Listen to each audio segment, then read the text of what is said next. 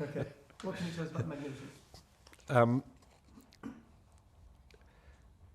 Started out with that word. So that was the single lyrical thought that anchored the thing from the very beginning. I think the first time Bono sung that was the word. And, as soon as that word came out, I thought, great, that's a hit, that's a song. Such a beautiful idea to make a song that is in itself magnificent in its sort of its stride. It's got a real confidence to it, I think, that piece. And then to actually call it magnificent. It's like, a beautiful woman whose name is Beautiful. What's your name? Beautiful Smith. It's a great thing to do. And the song, that went through quite a lot of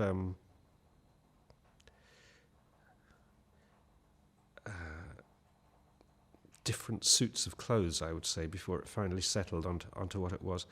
And what it finally settled on was a kind of sparkling party dress that I built for it.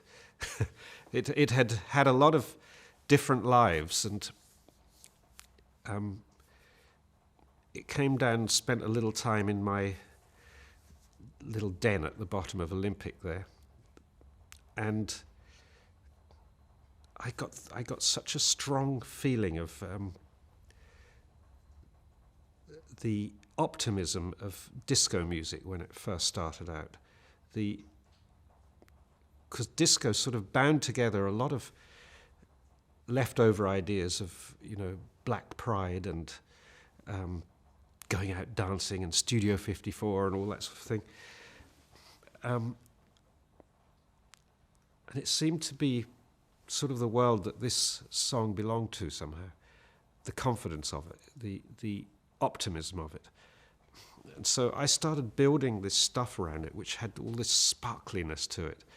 And funnily enough, it did something very beautiful to the song. It sort of feminized the song in a way. It was quite masculine before that, quite butch, astride, Whereas when it had all the sparkles on it and the shimmer, it became much more of a sort of swish, a swing than a stride. And I was very pleased with the way that song went. That reminds me that in the production process, one of the things that you do is you think, I can sort that one out. Let me take that away to my little room for a couple of days. Is that one of the processes at work? Yeah, and I like doing that too, because quite a lot of what I do is rather sort of slow work. It's not something you want to have a room of people sitting around watching you do. Yeah, you don't want to waste people's time, basically, and sometimes I might experiment with just a particular little sound for a long, long time, fiddling around with it, getting it so that it just occupies the tiniest space in a track, but it's potent.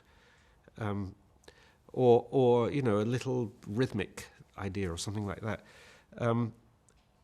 And that takes time, and I like taking time to do it.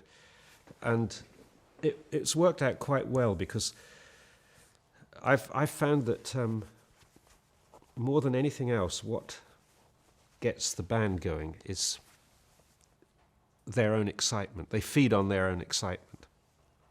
So if they can walk into a room and hear something and they go, wow, that's good, and you make sure that everything's ready to record, because at that point they're going to do something good, the point where they're excited, as opposed to, another day at work, just phone calls, tune up the guitar. That is not a way to start work. It's got to start from, hey, this is good, we're pleased to be here, it's great. So I try to sort of